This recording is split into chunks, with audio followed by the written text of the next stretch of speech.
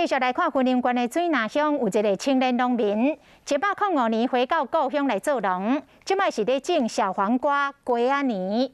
最近这个天气真热，伊所种的温室的瓜仔泥，迄个叶啊有日烧的状况，就是这个日头伤猛咯，叶啊去晒着伤咯，产量是减2-3成。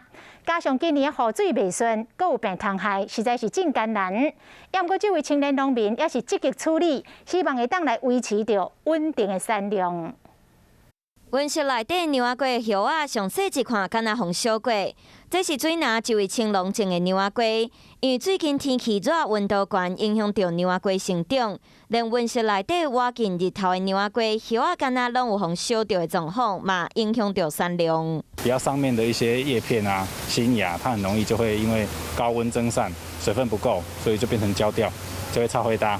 今年顶半年无落雨，造成牛仔瓜虫害问题。后来落雨了后，阁因为雨水期伤长，阁产生其他的问题。干燥的话，它的虫害就会比较多，尤其是一些像叶螨啊、螨类，或者是粉丝。银叶粉丝。面对这个问题，若是天气伤热，就要用温室降温的设备；落雨时期伤长，或者是无落雨，就要赶紧用药啊来做防治。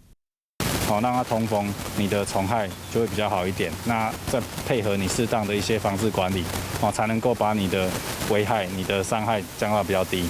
黄先生自105年登去故乡水南种青菜、种牛仔瓜，除了希望有更较侪时间会使陪伴厝内人，嘛希望会使吸引更较侪少年人登去故乡。